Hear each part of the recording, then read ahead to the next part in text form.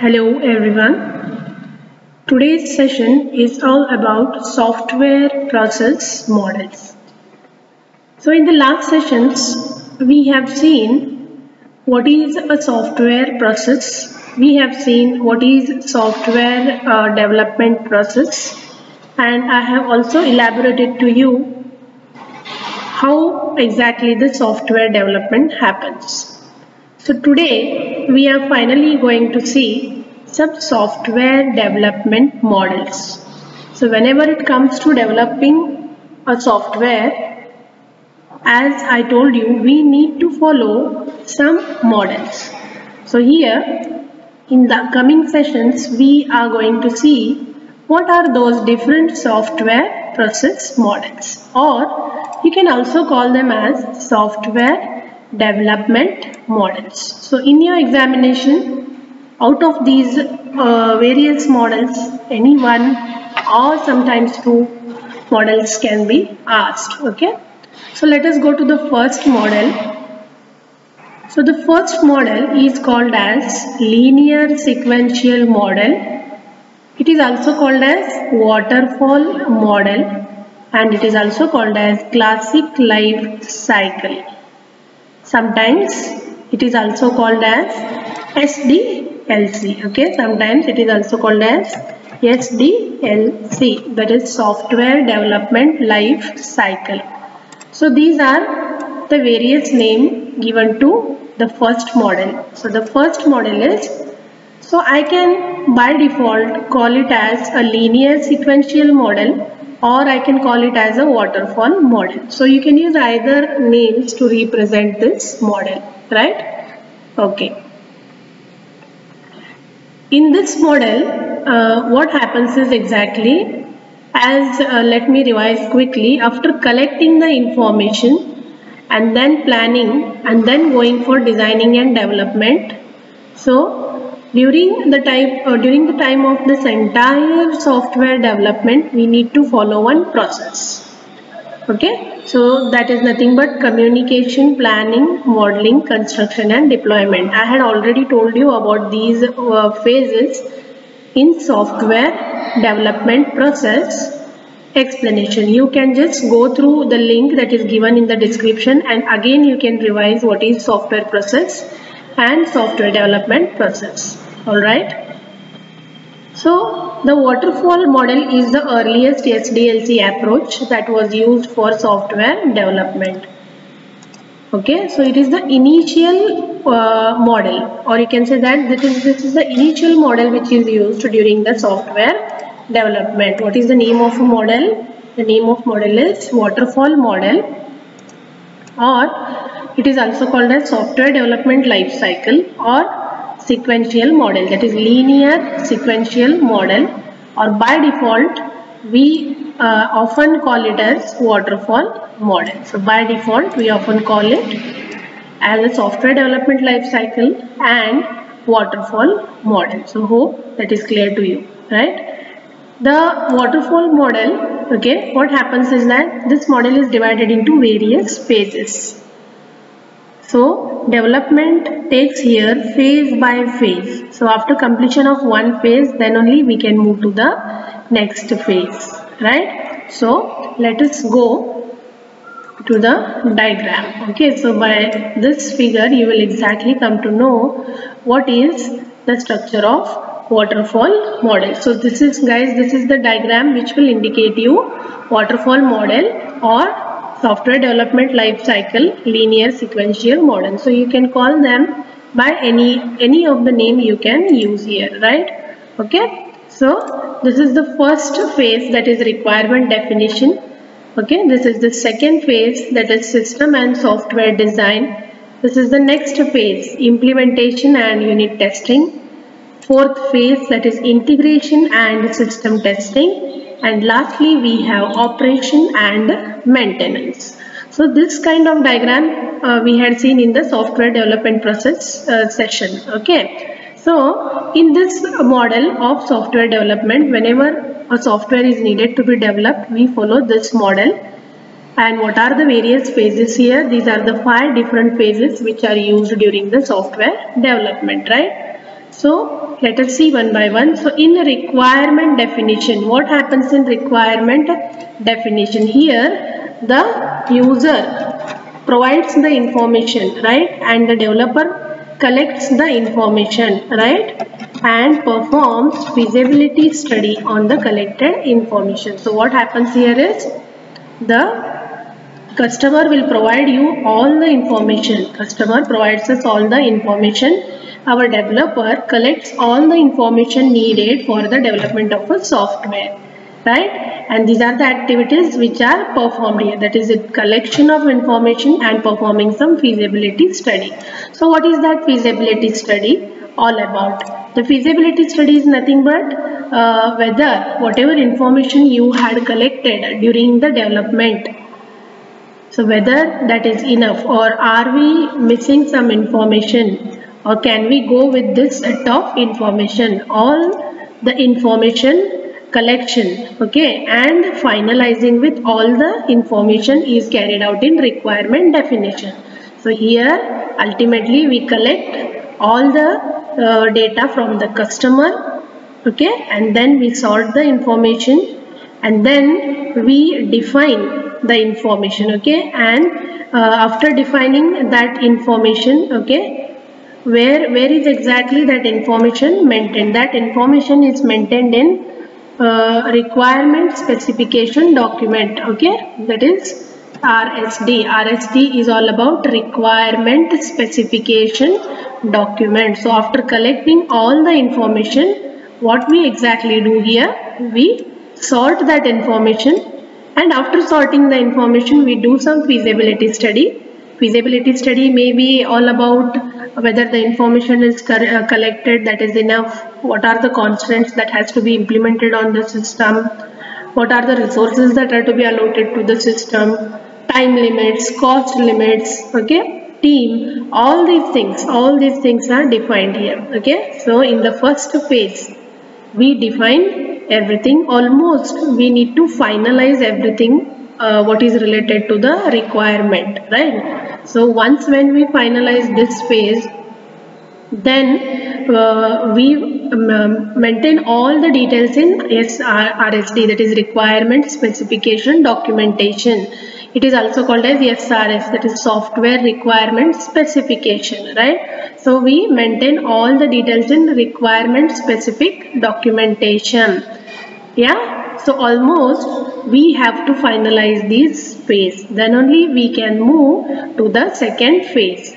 All right, so this is all about first phase, that is requirement definition. Then let us move to the second phase. Our second phase is about system and software design, okay, system and software design. So what do we do exactly here? We decide the system architecture, all right, and then we also decide about software and your upcoming hardware requirements needed for the system. So in this second phase, okay, in this second phase we finalize the system architecture, and then we decide all about software and hardware requirements of the system. So once when we collect the information, that information is getting converted into the design. So in design phase, this information gets converted into various kinds of designs. So in software development process session, I had told you what are different kinds of designs. So once when we collect the information, after collecting information, we start design and development. So development will be a part of implementation, that is writing the code. So in system and software design, we decide what type of architecture we are going to finalize for the new software, what are the software and the hardware requirements of the new software, right, that is new software product. And then various designs are formed. Remember I told you, like writing an algorithm and then writing a flowchart and then the code. Same kind of thing is carried out over here, okay. So here we do different kinds of designs, like we draw some diagrams to represent how does the data flow from one module to another module of our software, right. So we draw some diagrams like activity diagram, state diagram, data flow diagrams, okay, and sometimes data structure designs, abstract designs. We go thoroughly, right? We go in deep detail when it comes to designing. So here, after finalizing the requirements, we go for system and software design, okay. So then once after finalizing the design, once after finalizing entire design, we go for the third part, that is the third phase, which is called as implementation and unit testing. So in this phase, in implementation and unit testing, you start writing code, okay, for units. You start writing code for each unit. So in implementation, you start writing the code. So once one information is collected and finalized, we go for designs, and then the designs are converted into code. So implementation is nothing but about writing the coding part. So here what we exactly do is we write the code. We divide entire software into various modules, right? Each module is sometimes also called as one unit. So we start writing code for each module, or we start writing code for each of the unit, okay. Sometimes the designing, okay, and coding both are done simultaneously, right? Both are done simultaneously. Once you design something, you can go for code and then you can do testing, or after finalizing all the designs, you can go for writing the code. So how the coding is written? The coding is written in the form of units. Your entire software is divided into modules, and then we write the code for each module, okay. After writing the code, right, after writing the entire code, what we do?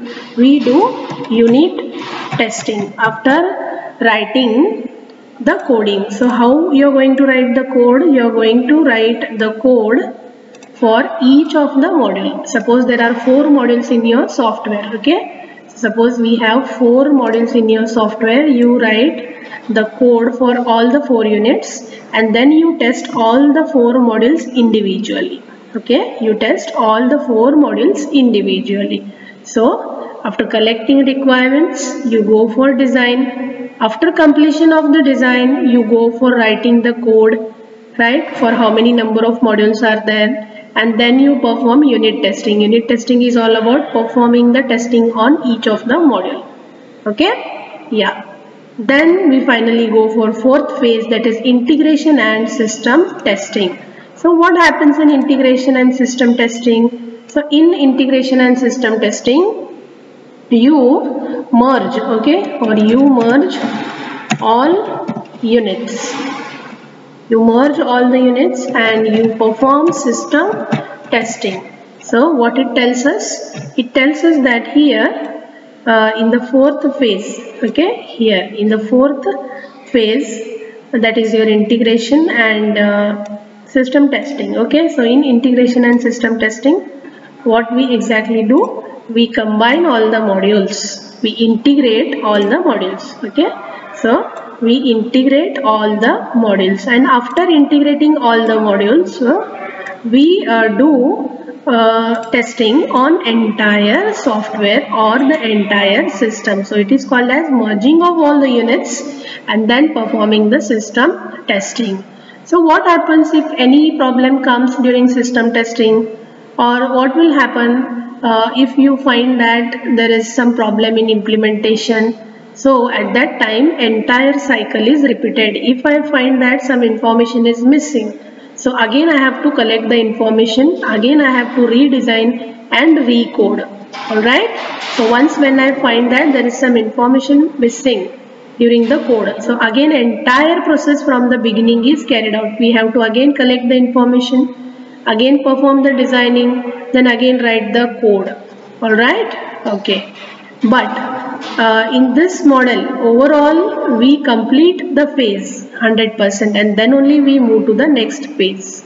So after completion of one phase, the information is freezed and then only we move to the second phase, okay. Yes. So after dividing the software into modules, after performing the testing on the modules, we go for integrating all the modules and then we perform a system testing. So system testing, it can be performed manually or sometime by using some of the tools. So testing is done on all your modules, whether your modules of the software are working correctly. And lastly, we have operation and maintenance. So what happens in operation and maintenance? We deploy our system and we also take care of any further updates. Okay, so we deploy our software to the customer's desktop, and we also take care of further updates. Right? So we take care of further modifications, or you can say any updates that are related to the software. Alright, so in examination, when they ask you about waterfall model, you need to draw this model and then you can just plot down the explanation what is related to this model, right? Hope it is clear to you. So this is the explanation part where you can see requirement gathering and analysis. So here what exactly happens, we collect the requirements, right? And then we enter them into a requirement specific document. So once after explaining the diagram, you can go for writing these points or covering these points in your examination. Hope this is clear to you. I will just once again revise it and elaborate to you in detail. So this is all about waterfall model, and this is the diagram which you need to draw, and I'll just elaborate the information once again.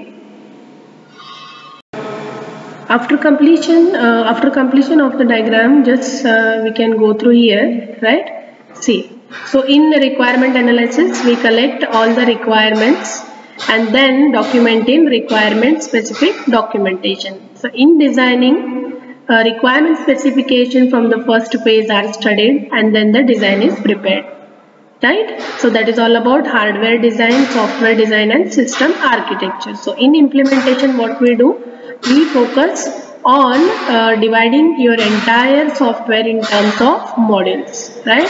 And after dividing that in terms of modules, we do unit testing. So in integration and testing, what we do, we combine all the units and then we do the testing of entire system. So post integration, it is the entire system which goes under test for various faults and failures. Then deployment of the system, right? And then the maintenance. So what is all about maintenance? To fix issues, right?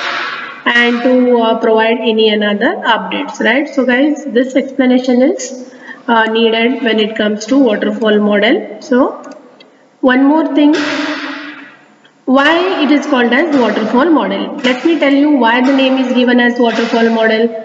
See, all the phases are cascaded to each other. It means all the phases are interrelated to each other.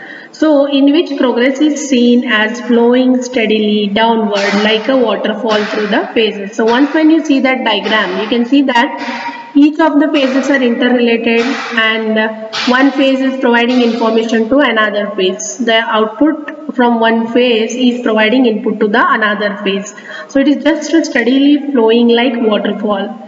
So the next phase is started only after the defined set of goals are achieved for the previous phase and it is signed off. What it means, you can go to the next phase only after completion of the previous phase. So completion of the previous phase is needed to go to the next phase. So it is a phase-wise development, right? So this is the reason it is called as a waterfall model. Why it is called as a waterfall model? Because we go to another phase only after completion of the first phase. Now, so let us go to the advantages. So what are the advantages of waterfall model? Okay, so it is very simple, right? So this model is very simple and it is easy to understand. So during the software development, you can use this model when the system requirements are less or the software is small. You can go to the waterfall model, right? Then phases in this model are processed one at a time. It means we have 5 phases here. So we go for each phase, right, one by one, and then only we go to the next phase. So here it is telling us that phase by phase development is carried out. So here phase by phase development is carried out. So each stage is in the model is clearly defined. All stages are defined clearly, well understood, and each of them provides us a milestone. So which is nothing but it provides us some valuable data which is entered into the requirement specific documentation. Some actions, okay, then some processes are carried out at each of the phase, right? So these are more elaborative about the advantages. So one more advantage we can see. So as I told you, this is well defined for smaller projects, okay, and where the project requirements are well understood. It means as good as the project informations are well enough to design the software. So we can go to this software when we feel that the requirements are enough, right? When we feel that we can start developing with these requirements, then only you can go for this model. So these are the advantages of waterfall model. Then the disadvantages, okay. See, the real projects rarely follow this model. Live projects, real in the sense live projects. Why? Because every time the information keeps on changing and we cannot use this model when the information is changing. So this information or this model can be used only for small projects. We cannot use this type of model for large projects or real projects. What is the reason? Because after completion of one phase, the information is freezed and then only we go to the second phase. So once if we want to make any change, we have to repeat all the phases, or we want to make change to all the development process. That is the reason it is used only for small project, not the real or live project, okay. See, what is second? It is often difficult for customers to state all the requirements explicitly. The model requires this and has difficulty accommodating the natural uncertainty. What it means? Sometimes the customer may fail to deliver all the information at the initial stage. Hence, when the customer may provide you information frequently, or the customer may change his information, at that time we cannot refer this model. As I told you, dynamically, if we want to develop a project, we need to go for another model, right? Okay. Here the customer has to wait long for the software development process to be done. Why? Because there is no parallel activity during development. Each activity is carried out, or you can say dependent. Once after design, then only we go for code, and then only we go for testing, or once after collecting the information, then only we go for the designing part. It means each phase needs a special time, or you can say that we need to wait a lot of time until the completion of all the phases, as this is carried out linearly. Okay, this is not carried out parallelly. Linear means one by one after the another. So all the phases are carried out after completion of the previous phase. Hence, the customer needs to wait. Sometimes the timing of the software may be high after using this model, right? See, it assumes that the requirement of system can be frozen. It means, as I told you, each phase will froze its information, or the information is frozen, right? Then only the next phase is activated. So a formal document is produced at the end of each phase. As I gave you in that diagram, I told you. In first phase it will generate SRS, in second phase it will generate some document. At every phase documentation is carried out. We cannot backtrack from one phase to another. It means we cannot go directly to the another phase. What we need to do is we have to revise the entire process, right? And it is a big bang approach. It means we need to wait a long until the system is delivered by the application of this model, right? Yeah, there can be blocking states where one team member has to wait, another complete dependent on the task. See, once these are the disadvantages. So what they tell exactly in the disadvantages that, so in disadvantages, See what they overall, I will explain you. What they say, each phase is dependent. It means after completion of this phase, the information is frozen, right? Then that information is forwarded to the next phase. So after designing, the coding, and after module testing, entire system integration and testing, and then the deployment of the system. So here it is a big bang approach. It consumes time. And as the information is frozen, you cannot do any changes in between. What is needed? The repetition of entire process will be needed. And once when the user is collecting the information, designing team has to wait. Once the designing is carried out, the implementation team has to wait. It means after completion of one phase, then only we can go for the another phase. Alright, so this is all about the disadvantages of waterfall model. So guys, please go through the explanation, study what is waterfall model, study the diagram, study the phases, advantages and disadvantages. Alright, so I'll be getting back to you in the next model. Bye bye.